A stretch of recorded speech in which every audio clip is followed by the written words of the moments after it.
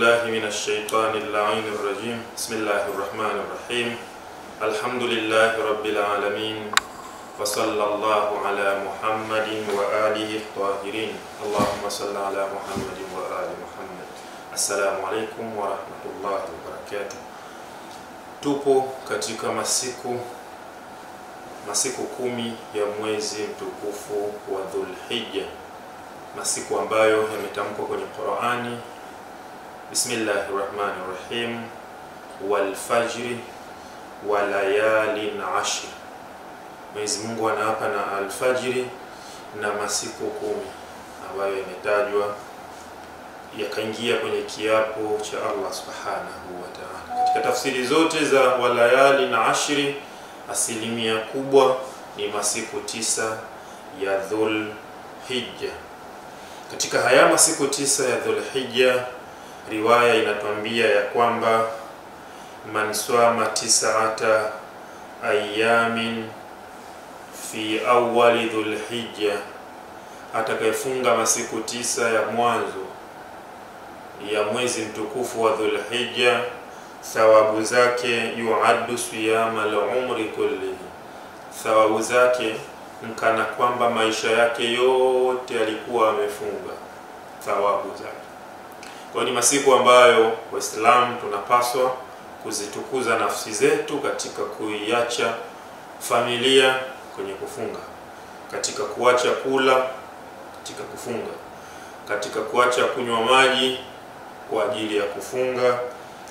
Na thawabu ndio hizo zilizotajwa, fakaannama au yuaddu siyama al-umru kulli, inahesabiwa umefunga siku 9 za mwezi wa Dhulhijja, thawabu zake ni kana kwamba umefunga maisha yako yote.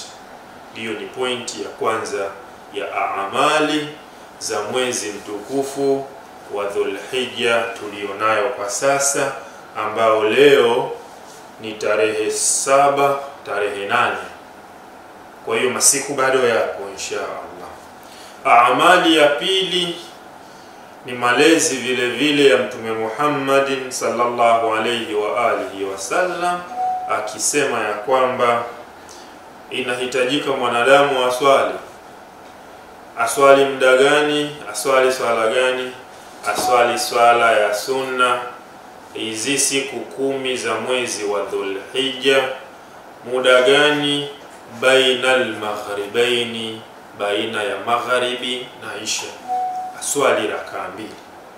Hii swala ya rakaa 2 ina thawabu zake.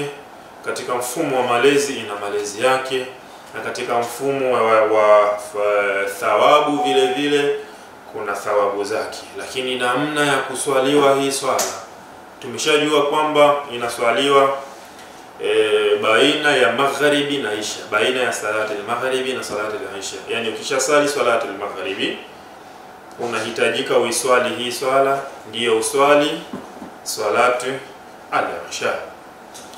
Hii swala inaswaliwa muda huo, lakini inaswaliwaje? Inaswaliwa baada ya surati al-Fatiha.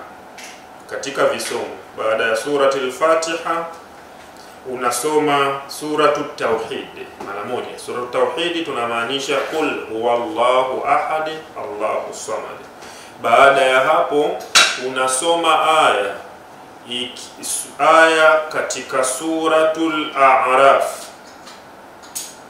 aya iliyopo katika suratul A'raf, aya ya 142 inayosema wa wa'adna Musa 30 laila wa wa'adna Musa 30 lailatan wa atmamnaha bi'ashrin fatamma miqatu rabbih ila akhir al-aya wa akhir sura.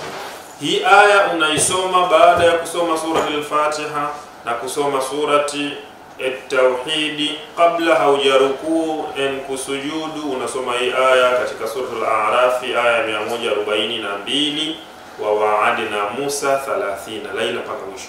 Raka ya kwanza hivyo na raka ya pili hivyo hivyo unaisoma kwa mfumo huo. Alafu una rukuu, una sujudu, unafanya tashahudi kama kawaida, unafanya taslimu na sala inakuwa imekamilika. Hii swala inaswaliwa baina ya magharibi na isha kwa muda wa siku 9 ambazo zimetajwa ndani ya siku 10 ambazo zimetajwa katika mwezi mtukufu wa Dhulhijja, katika masiku ya mwanzo ya Dhulhijja au 10 la mwanzo la Dhulhijja. Wapendwa watazamaji na wasikilizaji, tuzilee nafsi zetu katika kumtukuza Allah subhanahu wa ta'ala na kushikamana na sunna za Mtume Muhammadin katika kuzilea nyoyo zetu na familia zetu. Wa sallallahu ala sayyidina Muhammadin wa alihi tahirin.